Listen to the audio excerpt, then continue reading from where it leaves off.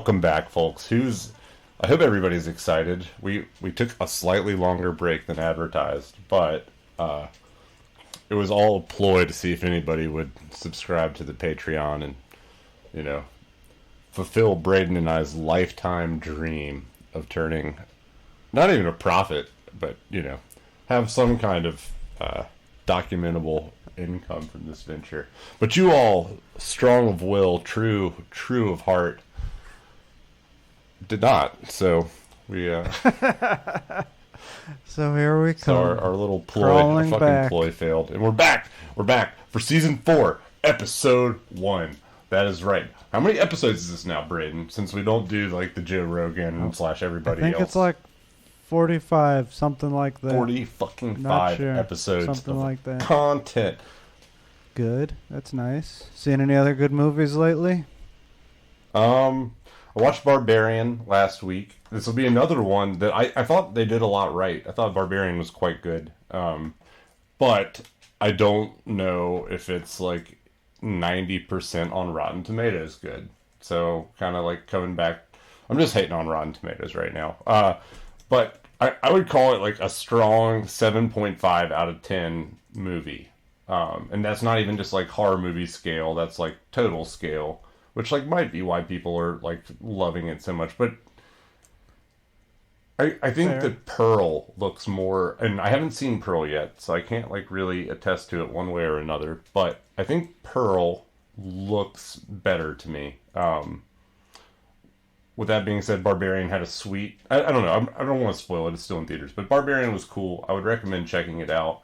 If you like going to the theaters, see it there. If you're like only go to the theaters every once in a while kind of person, probably wait for it to like come to the home box office, i.e., Amazon Prime or whatever. I don't know, nice. Whatever you watch your shit on. But it was still enjoyable. It was, hell yeah, it was good. So, today's movie, 2001: A Space Odyssey. I feel like, how many Kubrick movies have we done? This is like the third one, I believe. Yeah. It would be the third one. Yeah, well, he rules, kind of. And all of his movies are, like a different genre and just totally different in a lot of ways. Well, and that's, I like people that don't like just find a comfort zone. I mean, I do like, obviously directors who lean into a genre. Cough, cough, John Carpenter, my all-time fave. But in general, I appreciate art where the artist pushes their boundaries. Like, it doesn't necessarily have to be they're pushing the boundaries of the genre itself, although double props to them if they can. But, like, the fact that they're trying on different shoes and their hand at different, like, really, subcrafts. And I don't know if that's something that, like, I think Kubrick is basically the king of in terms of directors. I mean, pretty much everything he ever did was effectively a masterpiece in its own right. And he very deliberately didn't, like, stay in one genre, ever, really. Yeah, he's very, very much into, like, the subconscious potential of film. The Shining is a very deeply subliminal film. I would say that 2001: A Space Odyssey was, like, perhaps his first, like, kind of attempt at touching the human psyche in unconventional way, and that also kind of like adds to the mythos behind the man and like some of his the more, I guess, sinister accusations, if you will, regarding things he did or did not do. Whether we're talking about the treatment of actors on set, Shelley Duvall, although I think we debunked that. Maybe that's been debunked. I don't know. I think we talked about that. I saw an interview where she said she still has like trauma from that, basically. I believe it. Not that that's funny. You laughed. I didn't. Well, I was a nervous laugh. Yeah, you're the fucking bad guy now. But The Shining is a film that has like, he had like documentedly like done research into subliminal messaging, like, the kind of stuff that you think of when you think of like adverts, like, like hiding dicks and shit, like in fucking, commercial, well, Aladdin, but I was gonna say commercials about like air travel or whatever. Tomato cigarette commercials, you fucking name it. They put sex and everything. Turns out that's a lot of the subconscious. But that he on record was doing research into subliminal messaging, and like, there's many instances of The Shining where like you can overtly see it. Like not even like necessarily hidden in the film, but like when Danny's having the seizures, he's like seizing out, and then like the screen will flash, and then flash back to him like that, and that is like ultimately like one subliminal messaging technique that has been used, at large, is like just having like a single frame just like pop in and out of something. Everything he does is deliberate. If it's slow and boring, there's a lot of argument that that's deliberate, and it's to get a certain reaction out of the audience. Yeah. I mean, everything is deliberate. He's the fucking David Gilmour of making movies. And I mean, that kind of, in this film, 2001: A Space Odyssey, it is very long, and parts of it are very slow, but it kind of just does worm its way in. As you watch it, it's almost hypnotic or something, Agreed. But damn it, the first like hour of that movie, my God, like, I love this movie. It is obviously of great, significance to the craft and art of film. It's in the National Film Registry, but I will never, at a minimum, I will never watch the intro to this movie ever again. I might not ever watch this movie again. Hold on now. Long. Hold on. The intro, the first 10 minutes are quite exciting and fun. It's okay. And then it goes into like kind of a more boring like interlude part. I mean, even the monkeys and the monolith for me just feels long. Dude, that part's just iconic. That's that is an epic image that once you see it, it's just pretty awesome. Yes, which was based, of course, on Arthur C. Clarke's short story, The Sentinel. Yeah, well, I think the beginning part was based off a different short story. I want to say it was called The Dawn of Man. Ooh. And then the title card of that section is the title card of that section is The Dawn of Man. And yeah, the Dawn of Man sequence. So like for those who have not seen the film, which just go watch the film. Yeah, also we're going to spoil things. You know that. You've been here before. But yeah, the beginning part, it's so freaking badass. Basically, it's extraterrestrials come down to Earth and give these primitive hominins, presumably our ancestors, this giant monolith, which is a big stone statue, and like through some sort of psychic intelligence, it like essentially teaches them how to use tools and furthers their evolution. And by tools, he means a femur bone as a blunt weapon of fucking destruction. And by aliens, he means there's a fucking black rectangle. Which is iconic. Yeah, the monolith is iconic, and I do think it's super cool. How is that not all just badass? But there's no alien. Extraterrestrial there's no aliens. Intelligent. Don't get our viewers' hopes up if they haven't seen it. There's no aliens. I almost like that you don't see any aliens, because it's in a way it's like this Lovecraftian effect where like you kind of describe and like dance around it, but you never just straight up like describe the monster, But they do describe the monster, or like Lovecraft does a little bit.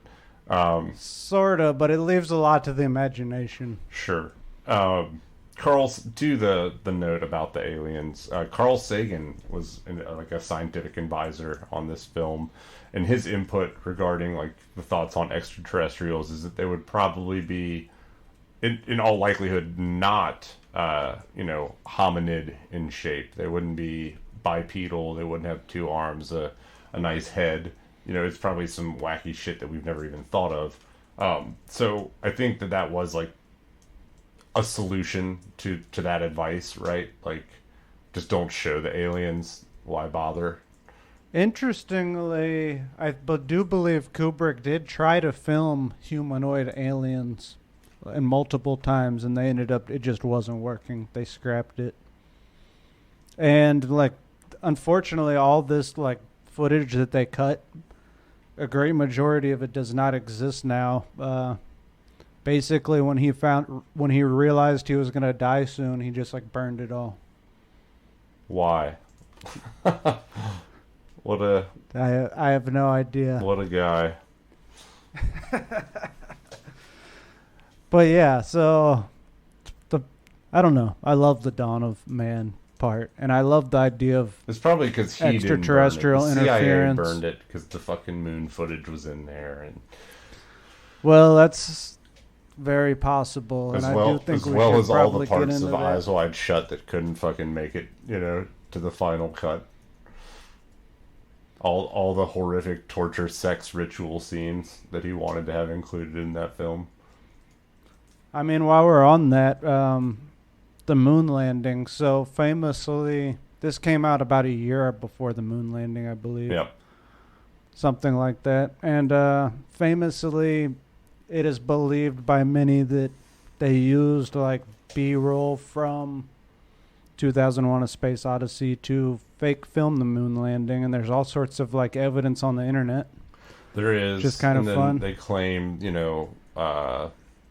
Danny in The Shining having the like Apollo 11 or whatever, like sweater. Yep. That was like Kubrick's confession, or like his little like nod to the world that like the moon footage was his. Yeah, it's kind of interesting. Like, and they point out that like the flag shouldn't be waving, and even though I do see there's multiple photos where the astronaut turns and the flag has not continued to blow. It's in the exact same like crinkled up upright position. Mm-hmm. But I mean, I think that means that the flag could just be superimposed on there. You think you would just like give it a semi-rigid frame or something, Also, a pretty good one is there's no dust or crater where the rocket landed. The lunar modules, no sign of dust scatter. There are a lot of people that very, very strongly believe that the moon landings were faked, or the footage was faked because they weren't sure how the mission was going to turn out, or some weird shit happened on the moon, like some aliens told us never to come back, and that's why we don't ever go to the moon anymore. I like that one. Never come back, dude. There's a lot of interesting claims about that stuff. Alleged leak, like audio. I think some astronauts have like come forward and said that they saw craft on the moon. It's all pretty nutty, pretty wild for stuff. sure. And by nutty, I mean fascinating, and I love it. But of course, yeah. I don't know if it's true or not, but I did try to Google like moon landing conspiracy evidence, and like surprisingly few things came up. Like nothing came up. It's almost like Google is a compromised search engine at this point. That's what I'm getting at. I feel like if there's no evidence that your conspiracy theory is right, then it probably means they're suppressing it and it's true. I mean, think about it. We were fighting the space race with the fucking Reds. There's a whole lot riding on us making it to that moon landing. That's true. Didn't China recently say they're going to the moon? I think they have a rover on the moon right now. And I think the rover took a weird picture a while back with something that looked monolith-like. Oh, yeah. And it was going to be, I think it was this summer, and it was going to take like 3 months or whatever for the fucking rover to get over there or whatever, because it just crawls around so slow. But I don't know. I never saw any follow up on I'm that. Googling it. I need to see I see the monolith. Do you see it? China moon rover will investigate cube-like structure. And when's it supposed to be there? It looks like a tiny hut. Let's see. When is it supposed to be there? China's moon rover spots 2 strange glass spheres on lunar far side. I feel like another conspiracy theory I've read is that the moon is hollow. Not to be confused with hollow Earth, but like the way the moon like reacts to things landing on it indicates it's hollow. But who knows? One can hope. I hope it's a fucking alien satellite. That'd be so sweet. Just designed to look like a celestial body. We don't really know what planets are or what purpose, if any, they have, but many of us don't know if there are planets, or that if they're just heavenly bodies on our flat Earth plane. To be clear, I'm not a flat earther. But yeah, so getting back into the movie, after that Dawn of Man scene, which is an awesome concept, again, originally kind of from the Arthur C. Clarke short story, which I don't think we talked about him at all, but essentially Kubrick and Arthur C. Clarke collaborated on this. Not necessarily like super closely, but they shared all the ideas, and the idea was that Arthur C. Clarke was going to write a novel concurrent at the same time and kind of release them around the same time. But they ended up kind of sharing a lot of the ideas and then not collaborating on like the minutiae of the details, so the works are a little bit different. Kubrick leaves a lot more to the imagination, and Clarke really kind of lays it all out and goes into the background of why things are happening. Yeah. I'd agree with all that. I did want to say before we got away from the Dawn of Man, after these fucking monkeys touch this monolith and get their psychic, evolutionary power up or whatever, the first thing they do is they kill another monkey. But it was was it like part of the rival? It was. Tribe? It was a rivalry, and the other monkeys had kicked them away from their water hole. But like, well, I think that's kind of there's symbolism there, right? Is that what you're getting at? There is. But I also think it just like, of course, the first fucking thing they do with their advanced intellect is just murder another monkey. Of course. Well, I think very on the nose. And I mean, this film came right after Dr. Strangelove, which is like an anti-nuclear war film, and I think that was on Kubrick's mind at this time. It's I very much think that one of the themes is that like when man creates these great tools, they just use them for destruction. And also in the Clarke novel, which was not included in the film, the Star Child at the end goes back to Earth and like destroys this nuclear satellite weapon. Yeah, well, a bunch of nuclear armaments in space. But Clarke and Kubrick both have been surprisingly vocal about that not meaning the end of the Earth, which was the critical interpretation, or the critic interpretation at the time, versus the audience interpretation was, more optimistic or whatever. But the nukes that get blown up in the book are in space, so it doesn't like fuck the planet up or whatever. Right. So that's kind of interesting. But I mean, I do think that theme runs deep. It's like man's relationship to technology. And I mean, the main character of the film arguably is an AI called HAL 9000. Which, I mean, these are some of the same things we're dealing with in 2022. Like, what is man's relationship to, like, algorithms and all this stuff?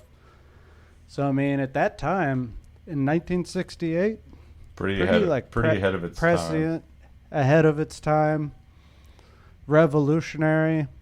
Not only just in the ideas, which again, a lot of the ideas actually came from Arthur C. Clarke. And, he was just one of many, like, heady sci-fi writers at that time, like Isaac Asimov.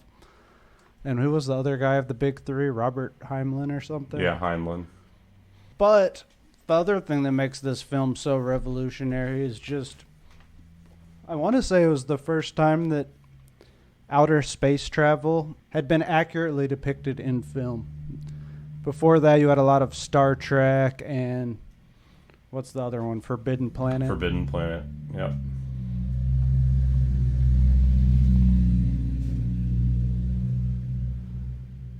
Fucking idiot.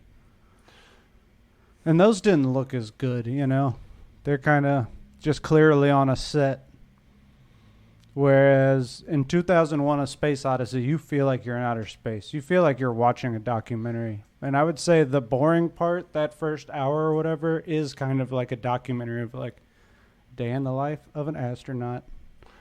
Absolutely. And I mean, the film holds up. It's still visually stunning, damn near. It holds up. In HD, you feel like very well could be watching a modern, contemporary, high-budget film. Yeah, going on 55 years old, this film still looks absolutely fantastic. In traditional Kubrick form, the cinematography is perfect. And even the boring astronaut stuff has its charms, right? Like the Velcro shoes, that was pretty sweet, For sure. And I think, there's a lot of interpretations about this, but at first you just like watch them adapt in their new space habitat, like the walking and how he looks at like instructions of like how to use the toilet. And one theory is that Kubrick, this is like all symbolizing like man's infancy in this next era of technology.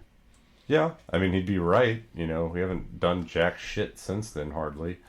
But yeah, so we did skip a major part of the movie right after the Dawn of Man bit.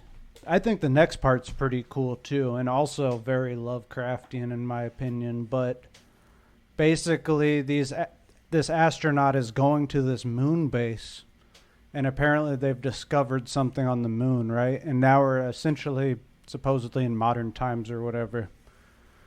And I guess it would have been the future then. They have a moon base. But yeah, so on this moon base, they meet up and they're like, what was he? Was he an American astronaut meeting up with some Russians or something? It's Dr. Haywood Floyd, and he is a U.S. astronaut. Chairman of the United States National Council of Astronautics. So I want to say they like found this monolith buried on the moon.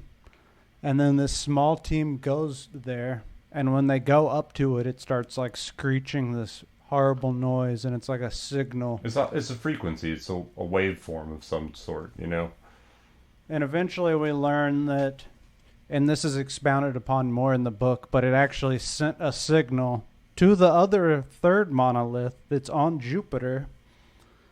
That it's basically signaling the rest of the universe or galaxy that humans have achieved like interplanetary travel.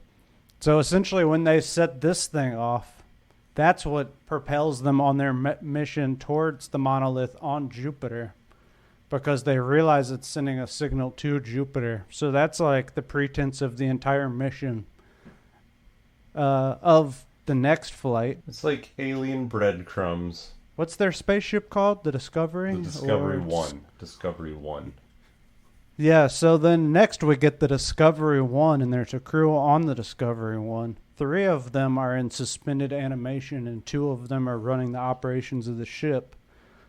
They don't know the mission, but we learn later that they have been basically sent out there to investigate this monolith. And the AI is at the helm of the ship, and that is basically the rest of the film.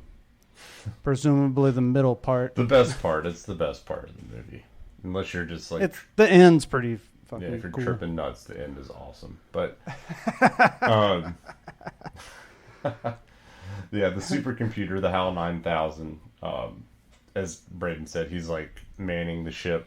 What I think is interesting is that like they have an explanation for his malfunction. this is kind of like a light horror element added to the film, but the computer turns homicidal. But they have an explanation for like the logic that made it go haywire was like I guess like basically having to keep the mission secret from the astronauts, but also being programmed to like answer truthfully to the astronauts or whatever, caused a glitch. Yeah, it's pretty badass. I mean, the homicidal robot is kind of a trope now, but at that time, I think it was kind of a more novel idea. And it is, it's been parodied a million times. Even if many people before they even see this film will have seen multiple parodies of it at one point or another. The video game Portal, that's a whole play off of this. Yeah. Oh, God, There's a bunch. Portal. Portal's so good. That's a neat game. But yeah, the HAL 9000. Soon they realize some weird things are going on in this spaceship, and essentially HAL turns evil, kills one of them, and then, ultimately he destroys HAL. And that's an awesome fucking scene. Yeah. It's pretty sweet watching the robot plead for its stupid, pathetic, meaningless life as he just progressively makes it dumber by unplugging circuits until it's pretty much like, back to its most basic function. I'm afraid, Dave. I feel afraid. You should be fucking... I mean, he did kill 3 astronauts, right? Like... He did. Wait. Oh, yeah. I'm afraid, Dave. My mind is going. I can feel it. My mind is going. Yeah, that part's weird. And then, like, it starts singing, like, this schoolyard song. Yeah. It, like, ends up... We learn that, it's been programmed to have, like, the mind of a 9-year-old or something weird. Yeah, I mean, it was, like, basically raised. Like, like, they turn it on and, like... As actually what happens with AI now, they like have to gradually learn over time. That's wild. So like him unplugging it returned it to like a simpler state, kind of like a childlike setting. And then we figure out what the mission is. Is it like clicks on a little video once it's been completely dumbed down / turned off all the way. Yep, the mission to investigate this monolith. Such a badass mission. Dude, the part where he gets like locked out though, before we move past Hal, like that like I think ruined my hopes of wanting to be an astronaut. Was like the whole sequence of it going awry. That part's scary. And then like having to like sure. get back into the airlock or whatever. I mean, like pretty intense. That is intense. And that was a really cool, well-shot scene, I feel like there was one part where it might have been, like, sped up and it looked a little strange, but... Yeah. Well, I mean, I think it's when he gets blasted into the airlock, which he would be, like, violently bouncing around, I think. Yeah, for sure. Yeah, it's pretty nuts. And I mean, at this point, that's when it all is revealed, and Dave just feels like he's going to be fucked, basically. Yeah, well, so, the mission's revealed, and, like, basically human life is considered dispensable, and, like, the conquest of figuring out what this monolith is and what it does, which is, like, I mean... totally what Alien fucking robbed from, with Bishop. But, oh yeah, it's like, of course, that's like what the agency is funding this, multi-billion-dollar space, exploration would have programmed in there.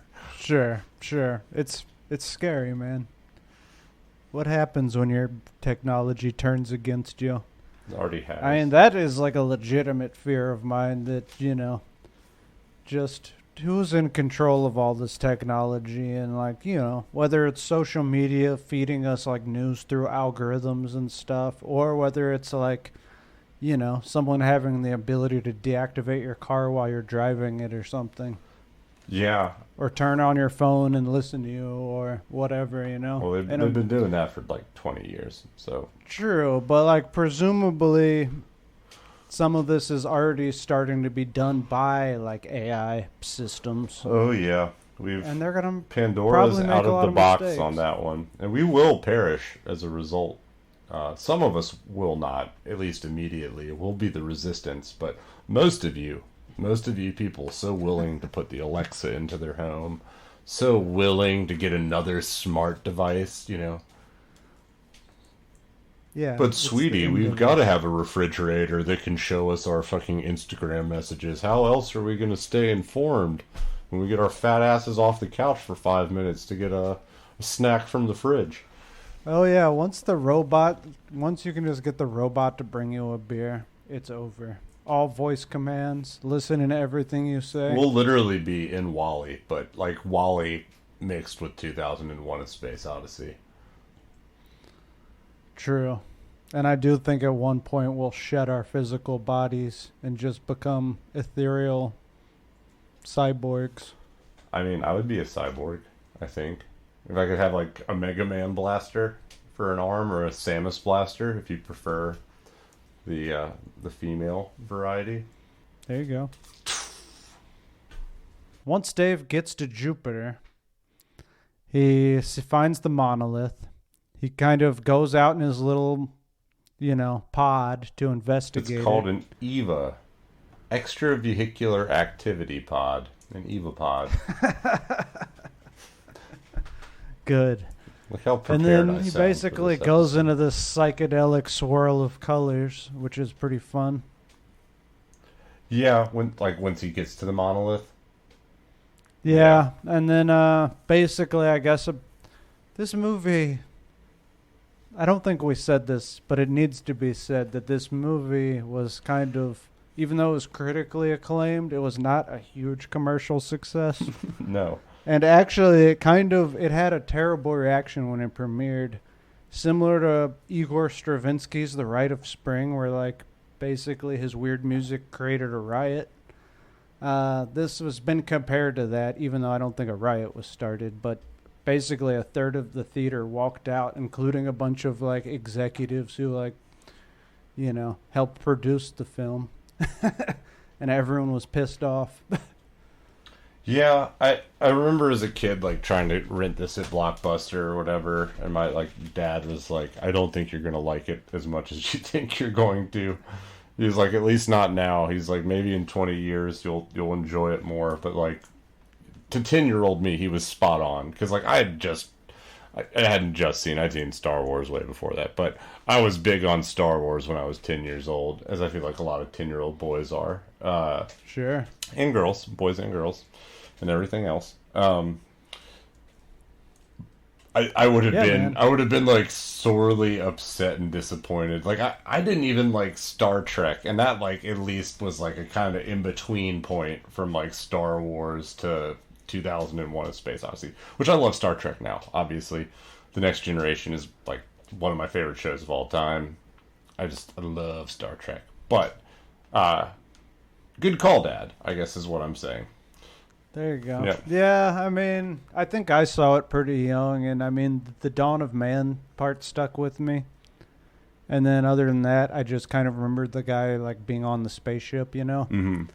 Which, I mean, is most of the film. The end is very cool, though. And so basically, like, yeah, this film did not do very well at the box office, but all these hippies started showing up and like taking drugs right as the ending sequence happens, which is hilarious now because it almost looks like a Windows Media Player, like visualizer. It does. It looks exactly. Well, it looks better. In the early 2000s, people would just listen to their Korn or their nu metal and just watch the visualizer. I was one of those people. I wouldn't do like Korn, and I had a better visualizer than that. I fucking Milk Drop, dude. That shit was fucking fire. Oh yeah, I'm familiar with it. Yep. But I listen to better music. And if you're really cool, your media player looked like a blue man's head. Oh, I know exactly the one you're talking about. Yeah.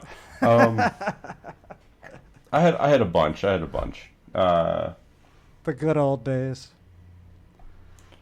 But But yes, that's kind of what the sequence is. And then it's this crazy psychedelic, which I mean, at that time, it is cool. He was, it's all practical effects. He was like pouring paint thinner into buckets of paint or something to create a lot of those effects. yeah, it was in a pool like device called the cloud tank.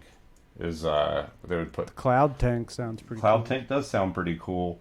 They also did slit scan photography of like thousands of images of like architectural drawings, Moore patterns, circuit boards, electron microscope photographs of like crystalline structures or whatever.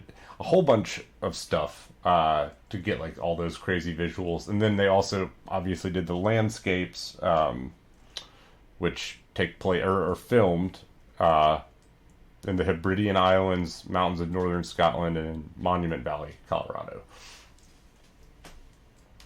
That was the only part that looked a little dated to me, was like the weird inverted colored landscapes from the helicopter or whatever. This shit was so mind blowing in '68, though, bro. It is. I think Oliver Stone just like used it until it's not cool anymore. You're right, he did. Fuck. Yeah. And also we have drones. Like anybody can make that shot now. Like Yeah, exactly. I mean, it is cool, but it's not as mind blowing now. the other stuff was pretty cool, like cooler though. The staff called all of that the slit scan photography the Manhattan Project, which is like a odd name choice. You know, given that has like ties to like nuclear testing, which also has ties to aliens. It's all tied to aliens. In space and the moon. Moon landing was faked, but because we ran into aliens. Sorry, just gotta get that message out to the world. But That puts a target on your back, bro. that's fine. I want to die like Bill Cooper. Um, paranoid Stand off with it. beyond most humans' wildest imaginations, and I really don't want to be gunned down by by law enforcement. I want to live a nice, happy life, but it's fun. I guess it's not fun to joke about. It's tragic that he died that way. Fair. But yeah, and then at the end of the film, of course, after he goes through this crazy kaleidoscope of colors where crazy hippies were tripping on the LSD, and apparently, I don't know why anyone would even write this down, but David Bowie took cannabis tincture before watching the film. Which, of course, this did inspire his breakout song, Space Oddity. Not to mention the main human character of the film is David Bowman, Dr. David Bowman. Ah, that's true. Interesting. Mm-hmm. Very interesting. Fascinating, right? Fascinating. But yeah, that part's cool. And then basically Dave ends up waking up in this like Victorian decorated room, and he's in a bed. Indeed. Well, he sees like an older version of himself eating food, right? Yes, he like watches himself age and very quickly, like a time lapse. Yeah, and what appears to be matters of moments, he sees himself across great gaps in human lifespan, and then like immediately is then in that body or that position, and then he's in the bed in this very ornate Victorian room, and the fucking monolith is at the foot of the bed, and he's like an old man on his deathbed or whatever, and he reaches out towards it, and all of a sudden he is transformed into a fetus floating in a bubble in outer space. Star Child, bro. Star Child. Pretty fucking far out.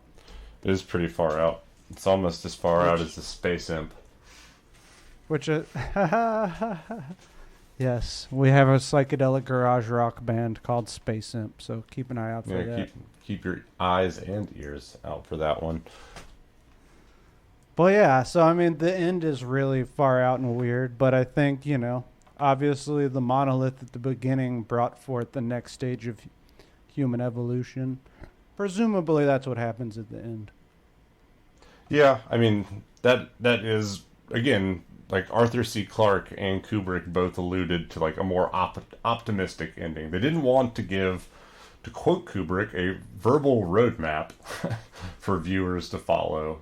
But when when it was suggested or brought up to them that like the Star Child floating over Earth at the end like represented like the destruction of Earth, they both were pretty much like no. you know Otherwise like very much undescript film. That is like one point both of them were like the Earth didn't get destroyed. Yeah, and also I do think it's worth mentioning Arthur C. Clarke wrote several novels that were all sequels to this. And there was one film adaptation in 1984 called 2010, The Year We Make Contact. Indeed. Which I have never seen. I have not seen. Me neither. No, Look at I that. haven't. Apparently it is quite good. It just, if you were to watch it back to back, it's not going to be as impressive as the original, Well, I think it's less experimental for sure. Less Kubrick. Kubrick had nothing to do with that one. So yeah. Correct. But yeah, I mean that's the film. Oh, And I mean apparently the whole thing also, there are scholars and people who have picked it apart and believe that it follows Homer's epic poem, The Odyssey, throughout the film, which is kind of interesting. Kind of like, tons of, I'm a big fan of mythology in general, and I do believe the best stories generally have been told, and well, so often they take absolutely. it from that mythology and kind of update it for a modern audience, and it becomes our mythological text or these far out flicks. Or these far out flicks. It's gonna be a damn household term by 2023, no later. Yeah, the epic story format, right? Like it's been retold and redone so many times, and it's always good. Whether it's Gilgamesh, whether it's Homer, whether it's Beowulf, even although Beowulf's a little bit different, but the Sorta. I mean, it's still a hero's journey. it's still the hero's journey, man, and like even the Northmen, the film that I can't stop babbling about. Absolutely. Well, it's Hamlet and it's The Lion King, and you can recycle. You could tell that story a million times, and people are going to relate to it when you just update it with contemporary circumstances and particulars. Exactly. Thank you, folks, for listening to another episode of Far Out Flicks. We are so glad that you have chosen to join us for season 4. Yeah, that was good, man. Yeah, I mean, we did it. We got a lot more in store for you this season. We're gonna try and churn them out hard, hot, and fast through the holidays. We need more Andrew picks. Every week I'm like, Andrew, what movie do you want to do? And I end up picking them. I picked this one. Sort of. Come on, sort Andrew. of. Get some ideas, bro. I'm pretty sure I suggested this one, but okay. We'll do something down in the gutters for the next episode. This was real highbrow. I feel mentally taxed from watching and thinking about this film. Yeah, and this is one that like books have been written on. Like if you want to go dive deeper, there's plenty of books and other resources. This one is there's a lot out there about it. It's tough to be funny about 2001: A Space Odyssey, right? Like it's such a fucking serious movie. But I guess some people have done it. South Park already did it. They definitely. Oh, The Simpsons have done it like a million times, I think. Yeah. They've all done it. They've all done it. I'm sure Family Guy's done it. They've all done it. Yeah. I mean, again, the film is coming up on 55 years old. Yeah, we'll get some trash. We'll throw some trash in there for you Dude, guys. everybody loves the trash. Like, the trash. It's why people watch reality TV. Trash is fun. It's so much fun to watch and to listen to. And I'm gonna fucking roll around in it like a hog. Good. And like try my best to forget that I did this highbrow episode. We had to do it though. This was like this is such a far out film. This is like one of the original far out films. Like, this movie changed everything. was fucking bending teenagers' minds as they ingested marijuana tincture and other drugs for this experience. I mean, I I put it like in the same category in that regard to, like, you know, Dazed and Confused-esh culture. You know, their media is like Dark Side of the Moon almost. For sure. Another little tie-in between Pink Floyd and this is Pink Floyd. They played live on the BBC while the moon walk was happening. Mm-hmm. Have you ever watched that? It's pretty badass. It's on YouTube. That's pretty cool. I feel like they could have done the soundtrack of this film and it would have just been awesome as well. Yeah. Or they could have done a soundtrack to it, you know. True. They did do a few soundtracks and that is some good stuff from them. Wait, is this the movie you're supposed to put Dark Side of the Moon on for? Like when you hit... I think that's Wizard of Oz, Fuck, you're but right, they've it is also... Wizard of Oz. But I saw someone had superimposed echoes over this. Which probably is pretty cool. I mean, it's not long enough, though. No, I mean, they superimposed it, I'm assuming, over that psychedelic sequence. Yeah, that's probably factual. The album for Echoes, for those that are curious, is Metal. Yes, that's a great song, That's great album. the entire B-side of that album is Echoes. It's fucking sweet. Yes, I don't know if we told you guys, but we saw Roger Waters recently. Oh, we did. We did. Andrew and I, and it was super fun. Yeah, a little Far Out Flicks outing. A night out on the town with the boys. Dude, he gets around for being like 80. Dude, he killed it for being... He's 78, but yeah. I guess we can round up to 80. He wouldn't care for that, but that's fine. He's like the grumpiest old man ever. Except maybe Neil Young. I'd love to see him and Neil Young have like a grumpy old man off. That'd be one for the record books, probably. I can't state it enough that it was a sweet show. It was sweet, and then we saw Fela Kuti's son like 2 weeks later. And they were doing all the music. That's why we were gone. We had to have some fun. We had to get out of our podcast cage, see the light of day. Some fun happened. It was a good time. It was. It was a very sweet concert. Thanks for listening, Flickers. We'll be back next week.